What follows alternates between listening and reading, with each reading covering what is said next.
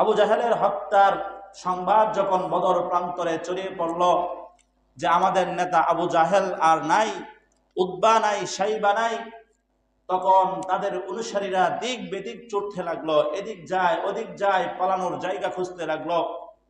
মুসলমানরা তাদেরকে পরাজিত হয়ে ক্ষান্ত হয় নাই, বরং তাদেরকে উল্টা ধাওয়া দিল, যে ধাওয়ায় তাদেরকে অনেক দূর পর্যন্ত নিয়ে গেল। কেউ সব তার অস্ত্র শস্ত্র ধন সম্পদ ফেলে গেল, আবার অনেকেই পলায়ন করে রাখলো, চুপে সারে কোনো জায়গায় লুকিয়ে থাকলো, পরবর্তীতে বের হয়ে চলে গেল। এই অবস্থা বিরাজ করলো বদর প্রান্তরে। রাসূল সাল্লাল্লাহু আলাইহি সাল্লাম বদর যুদ্ধ শেষ হওয়ার পরে সকল হত্যা যারা হয়েছে সকল কাফেরদের লাশগুলো একত্রিত করতে লাগলো। নিহতের সংখ্যা কত ছিল? 70 জন। বন্দী 70 জন। কেউ নিহত হয়েছে, কেউ বন্দী হয়েছে, বাকিরা পালিয়ে গিয়েছে। রাসূল যখন 70 জনকে একত্রিত করলো, দেখলো নেতার সংখ্যা 24 জন। কয়জন? 24 জন। 24 জন বড় বড় নেতা এই বদরের যুদ্ধে হত্যা হয়েছে। তো রাসূল তাদেরকে সম্বোধন করে বলতে লাগলো, ও আমার জাতি, ও আমার গোষ্ঠী, তোমরা তোমাদের লাভটা কি হলো? তোমরা যদি আল্লাহকে আল্লাহ বলে স্বীকার করে নিতে, আমাকে নবী মনে মেনে নিতে, আজকে এই করুণ পরিণতি হতো না, তোমাদের অবস্থা ভালো হতো, তোমরা সফলকাম হতা। আমাদের রব আমাদের সঙ্গে যে ওয়াদা করেছেন সেই ওয়াদা রক্ষা করেছেন, কিন্তু তোমাদের রব তো তোমাদের ওয়াদা রক্ষা করে নাই। রাসূল সাল্লাল্লাহু আলাইহি ওয়াসাল্লাম নির্দেশ দিলেন যে তাদেরকে টেনে হেসড়ে এই বদর প্রান্তরে একটা জীর্ণ শীর্ণ ডুবা ছিল কুয়া, এই কুয়ার মধ্যে নিক্ষেপ করার জন্য ফেলে দিতে বলে। আল্লাহর বিখ্যাত নবী হযরত তালহা রাদিয়াল্লাহু তাআলা আনহু বর্ণনা করেন, বুখারী শরীফের হাদিস। তালহা রাদিয়াল্লাহু তাআলা আনহু বর্ণনা করেন, বিশ্বনবী জনাবে মুহাম্মদ সাল্লাল্লাহু আলাইহি ওয়াসাল্লামের নির্দেশ পেয়ে আমরা সাহাবায়ে কেরাম তাদেরকে টেনে হেসড়ে বদরের ওই নোংরা কুয়ার মধ্যে ফেলতে লাগলাম।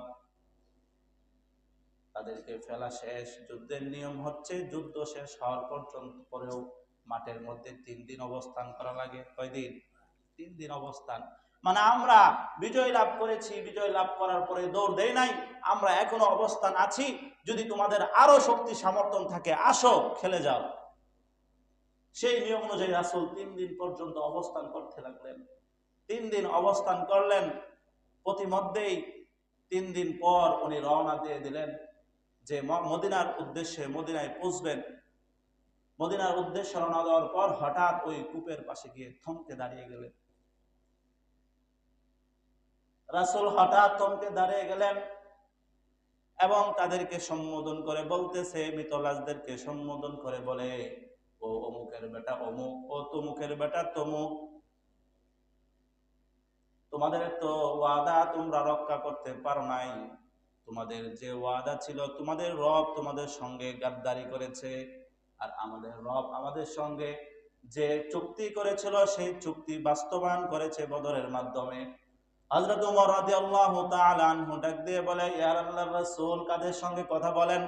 এই মৃত লাশের সঙ্গে কথা বলতেছেন নাকি? তারা কি, তাদের মধ্যে কোনো দেহের মধ্যে কোনো প্রাণ আসেনি?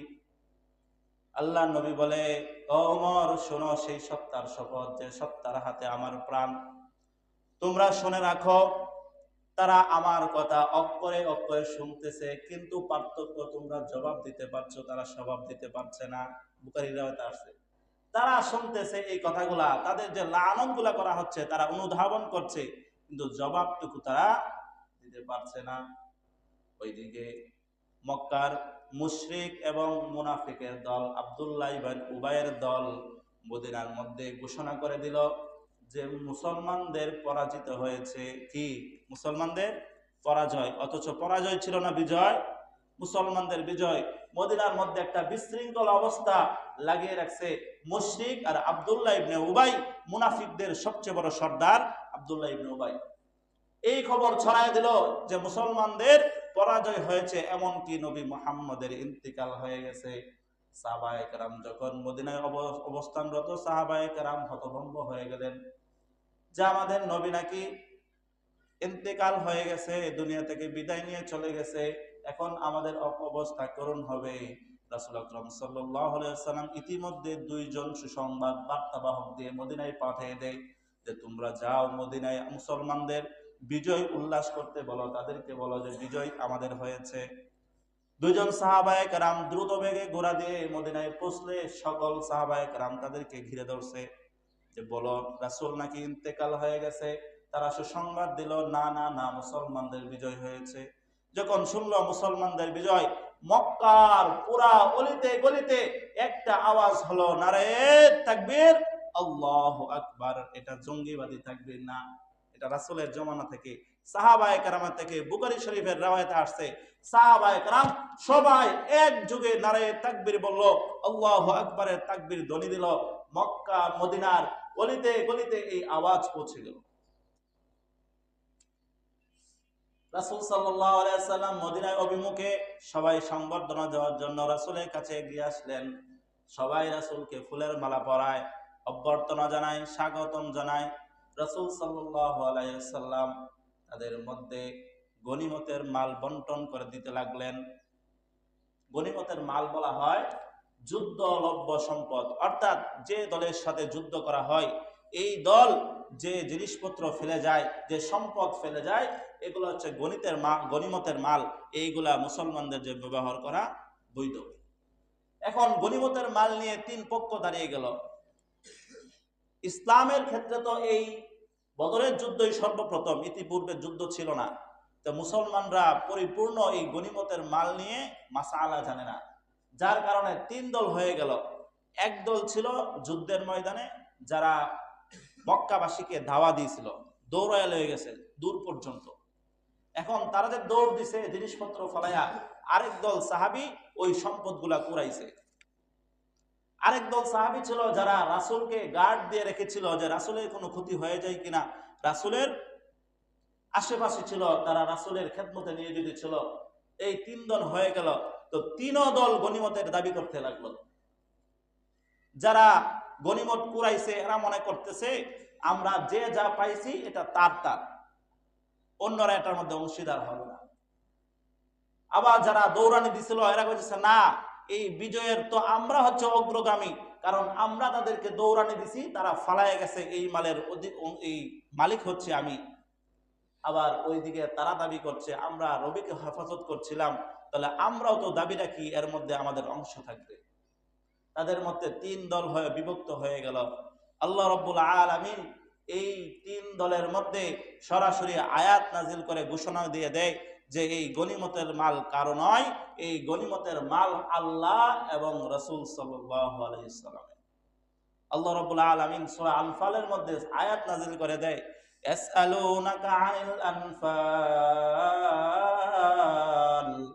আল্লাহ নবী আপনাকে তারা যুদ্ধলব্য সম্পদ সম্পর্কে জিজ্ঞাসা করে, তারা আপনাকে গনিমতের মান সম্পর্কে জিজ্ঞাসা করে। কুলিল আনফালু লিল্লাহি ওয়ার রাসূল, আপনি তাদেরকে বলে দিন যুদ্ধলব্য সম্পদ আল্লাহ এবং তার রাসূলের। ফাত্তাকুল্লাহ, সুতরাং তোমরা আল্লাহকে ভয় করো। ওয়াসলিহু যাতা বাইনিকুম, আর তোমাদের মধ্যে একটা সংশোধন করো, উত্তম সংশোধন। ওয়াতিউল্লাহ ওয়া রাসূল, আল্লাহ এবং তার রাসূলের আনুগত্য করো। কেন? ইন কুনতুম মুমিনিন, যদি তোমরা মুমিন হয়ে থাকো আল্লাহ এবং তার রাসূলের সিদ্ধান্তকে মেনে নাও। আর শুনে রাখো এই গনিমতের মাল তোমাদের নয়, বরং আল্লাহ এবং রাসূলের, তোমরা এর মধ্যে অধিকার রাখো না। তাহলে একটা অংশ তো রাসূলের জন্য নির্ধারিত, রাসূল 1/5 নিজের জন্য রেখে দিলেন। যুদ্ধলম্বের সমস্ত মাল থেকে 1/5 নিজের জন্য রাখলেন, আর বাকিগুলা সকল সাহাবীদের মধ্যে সমানভাবে বন্টন করে দিলেন। কারণ আল্লাহর সম্পদ আল্লাহ নেয়নি, কারণ আমার আপনার যে সম্পদ আছে সবকিছুই কার? আল্লাহর। কিন্তু আল্লাহ ক্রয় করে নিয়েছেন, আল্লাহ এই জান মাল ক্রয় করে নিয়েছেন কিসের বিনিময়ে? জান্নাতের বিনিময়ে। এই জন্য আল্লাহর হিস্সা সকল সাহাবায়ে কেরামের মধ্যে বন্টন করে দিলেন সমানভাবে। এই দিক দিয়ে মদিনার মাসিরা বিজয় উল্লাস নিয়ে ব্যস্ত। ওইদিকে মক্কায় যখন এই খবর পৌঁছলো, সর্বপ্রথম খবর নিয়ে পৌঁছলেন হযরত হাইসুমা। হাইসুমা সংবাদ নিয়ে পৌঁছলেন মক্কার মধ্যেও। মক্কাবাসীরা, শুনো, তোমরা জানোনি আমরা যে যুদ্ধে গিয়েছিলাম, আমাদের যুদ্ধে পরাজয় ঘটেছে। আমাদের মধ্যে আমাদের সবচেয়ে বড় যোদ্ধা আবু জাহেল আর নাই, উতবা আর নাই, সাইবা আর নাই। মানুষ প্রথমে মনে করছে সে পাগল হয়ে গেছে, কয় কি পাগল নেই। এই জন্য পরীক্ষা করার জন্য সফওয়ান বলে সে মনে হয় পাগল হয়ে গেছে, তাকে একটু পরীক্ষা করে দেখো। সফওয়ান হাতিমের কাবার মধ্যে বসেছিল, সে আরেকজনকে শিখিয়ে দিছে, তুমি বলো সফওয়ানের অবস্থা কি। সফওয়ান ইবনে উমাইয়া যখন তাকে এই শুকাইয়া দিল, হাইসুমা বলে, না, সফওয়ানের ব্যাপারে কোনো সমস্যা নাই, সফওয়ান তো হাতিমের মধ্যেই আছে, সে ইন্তিকাল করে নাই। তবে খোদার কসমকে বলছি, আমার সামনে সফওয়ান ইবনে উমাইয়ার ভাই এবং তার পিতা ইন্তিকাল করছে। তারা মনে করছে এই হাইসুমা পাগল হয়ে গেছে, যা ইচ্ছা তাই বলতেছে, তারে এই কাজ করতে দেওয়া যাবে না।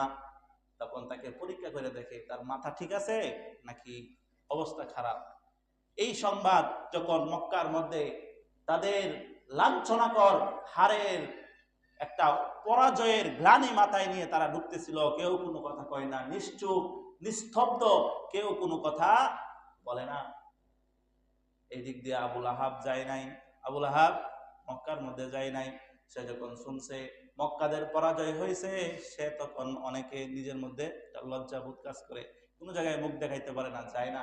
তার পায়ের মধ্যে সমস্যা ছিল, সে খুঁড়াইতে খুঁড়াইতে একজনের কাছে গেল, গিয়ে বলে, কি অবস্থা, তোমরা যে যুদ্ধ করতে গেলা, তোমাদের অবস্থা বলো।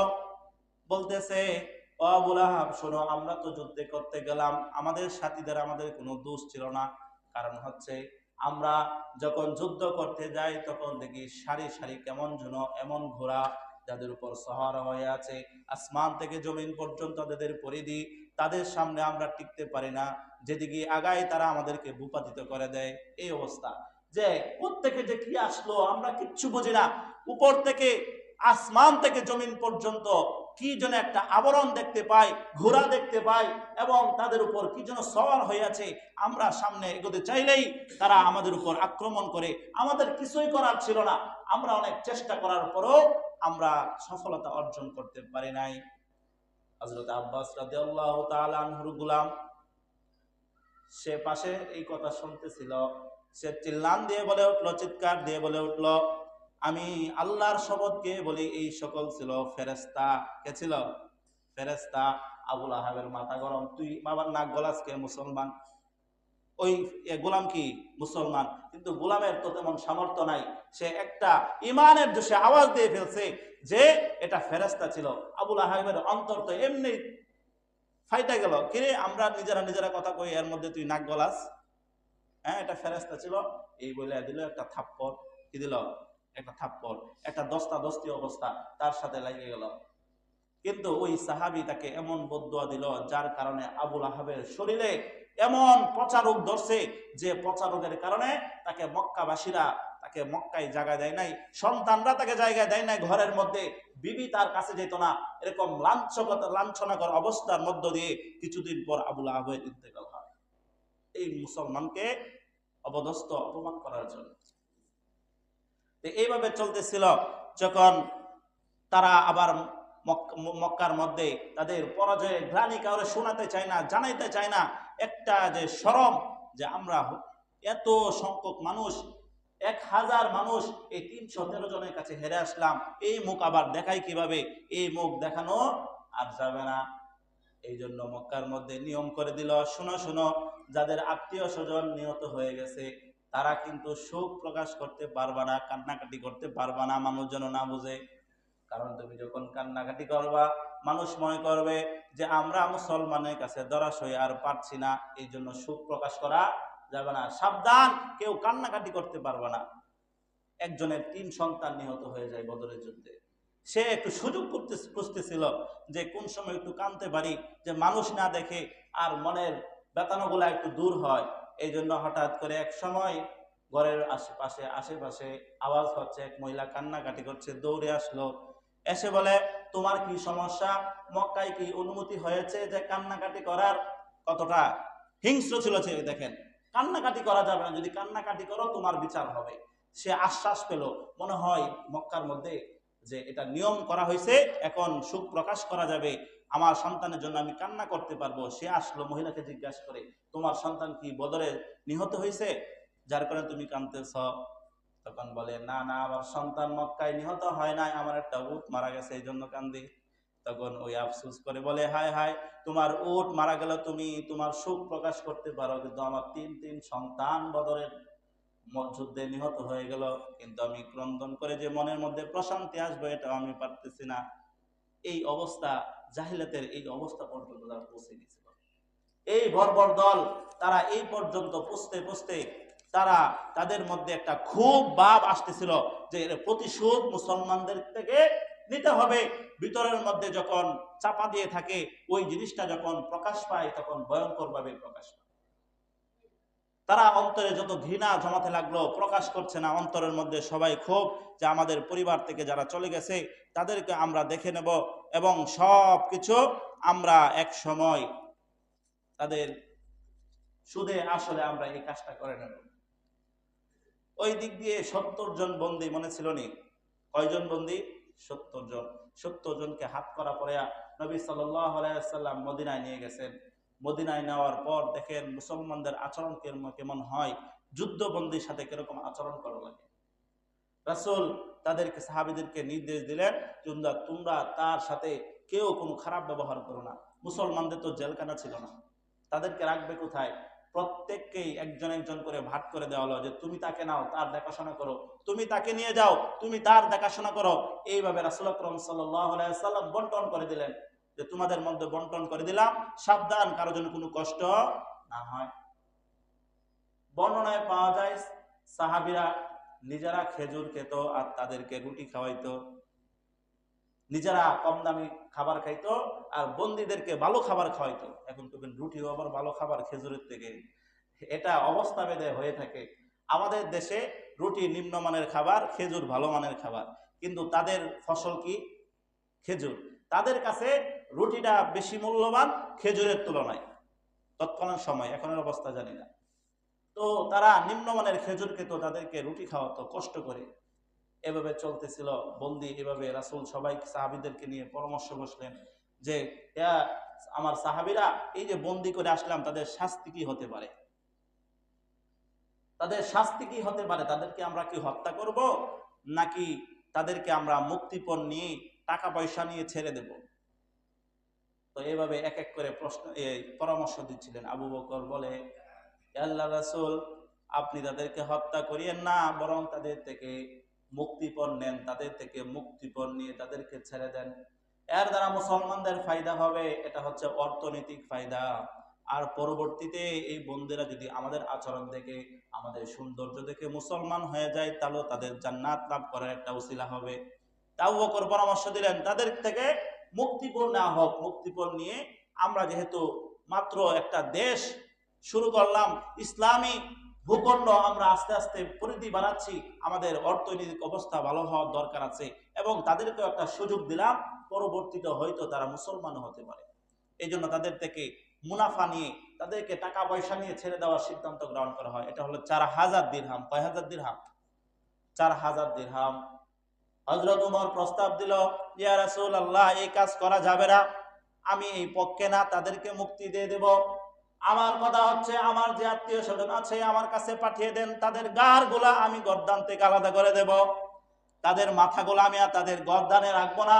আমার আত্মীয় যারা আছে তাদেরকে মুক্তি পাওয়ার দরকার নাই, আমার কাছে হস্তান্তর করেন। এর নাম ওমর। এর নাম কি? ওমর। বলে, আলীর যে আত্মীয় স্বজন আছে, আলীর আত্মীয় স্বজনকে আলী হত্যা করবে। হযরত হামজার যে আত্মীয় স্বজন আছে, হামজার আত্মীয় স্বজনকে হযরতে হামজা হত্যা করবে। এরকম করে প্রত্যেকের সাহাবীদের যাদের আত্মীয় স্বজন যার যার কাছে হস্তান্তর করে, নিজে নিজের টারে হত্যা করবে। কঠিন কথা না? উমরের সিদ্ধান্ত কঠিন সিদ্ধান্ত। রাসূল চিন্তা করলেন উমরেরটা এখন নেওয়া যাবে না, পরিস্থিতি গোলাটে হয়ে যাবে। এই জন্য আল্লাহর নবী হযরত আবু বকরেরটা গ্রহণ করলেন। আবু বকরটা গ্রহণ করার পর আল্লাহর রায় আসলো উমরের উপর। কার উপর? উমরের উপর। আল্লাহ সাথে সাথে আয়াত নাযিল করে দিলেন, হে নবী, আমি চাই পরকালের সম্পদ, পরকালের পুঁজি, আর আপনারা দুনিয়ার ফিকির নিয়ে ব্যস্ত। কাকে বলে, কাকে ধমক দেয়? আরে নবীকে, যে নবীকে না বানাইলে আসমান জমিন বানানো হতো না, ওই নবীকে আল্লাহ ধমক দিচ্ছেন। আপনি দুনিয়ামুখী হয়ে গেছেন, আখেরাতকে প্রাধান্য দেয় নাই। আল্লাহ রাব্বুল আলামিন এই উমরের মতের উপর প্রাধান্য দিয়ে দিলেন। এরকম অনেক ইতিহাস আছে যে উমরের মত আল্লাহর মতের সাথে মিলে যায়। উমর এরকম গরম মানুষ ছিলেন। সমাজে যেমন গরম মানুষ দরকার, নরম মানুষও দরকার। সময়ে নরম, সময়ে গরম।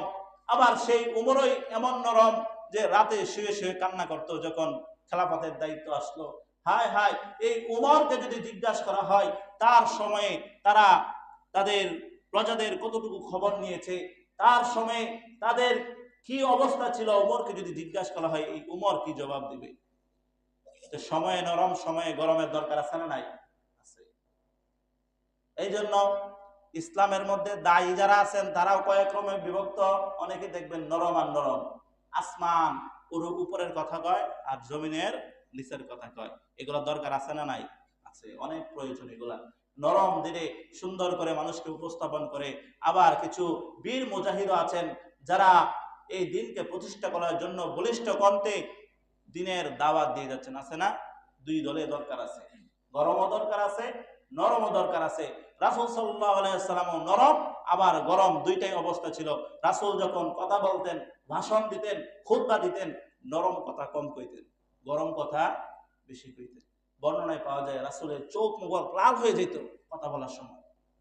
মানুষকে কেমন জানি এমন ভাবে কথাগুলা বলতো সে যেন তার প্রতি আকৃষ্ট হয়, এবং নরমের কোনো সুযোগ নাই। রাসূলের মধ্যে এই অবস্থা ছিল ভাষণের মধ্যে। এটা প্রতিক্রিয়া বলে, একটা কথা যদি আমি মেন করি না কই, আর একটা কথা যদি আওয়াজ দিয়ে এভাবে কই, তাহলে আপনার মধ্যে একটা প্রভাব পড়ার বিষয় আছে না নাই? কারণ ঢাকা শহরে যারা দেখেন, হ্যাঁ, তারা দেখবেন এই হেল্পার আছে না, হেল্পারের সঙ্গে দেখেন কি গরম দাম দেখায় 5 টাকা ভাড়া কমায় দেওয়ার জন্য। এই গরম দেখালে আবার মাঝে মাঝে কাজও হয়। এই জন্য নরমও দরকার আছে, গরমও দরকার আছে। তো বলতেছিলাম মুক্তিপণ নিয়ে ছেড়ে দেওয়ার বিষয়। হযরত আবু বকর এবং নবী সকাল বেলায় উঠা দুইজনে একসঙ্গে কান্দে। কি কান্দে? একসাথে কান্দে। তাদের মতের উপর আল্লাহ প্রাধান্য দেয় নাই, উমরের মতের উপর প্রাধান্য দিয়ে দিলেন। হযরত উমর এসে জিজ্ঞাসা করে, আল্লাহর নবী কান্দেন কে? বলে, আবু বকর তুমি তো প্রাধান্য পেয়ে গেলা, তোমার মতের সঙ্গে আল্লাহর মত মিলে গেছে, এই জন্য তারা কাঁদতেছে, ক্রন্দন করতেছে যে আমাদের মতের সঙ্গে তার মত মিলে নাই। তো যে সিদ্ধান্ত হয়েছিল সেই সিদ্ধান্তের উপর কার্যক্রম চলছে। 400 দিরহাম দিবে আর মুক্তিপণ হিসেবে তাদেরকে মুক্তি করা দেওয়া হবে, বা কয়েদিকে মুক্তি করা হচ্ছে। কয়েদিকে মুক্তি করার পর অনেকেই আবার কোনো টাকা পয়সা ছাড়াই মুক্তি করা হয়েছে। তার মধ্যে একজন ছিল রাসূলের জামাই। তো রাসূলের জামাতাকেও এভাবে মুক্তি করা দেওয়া হলো। আবুল আস নাম কি ছিল রাসূলের জামাই?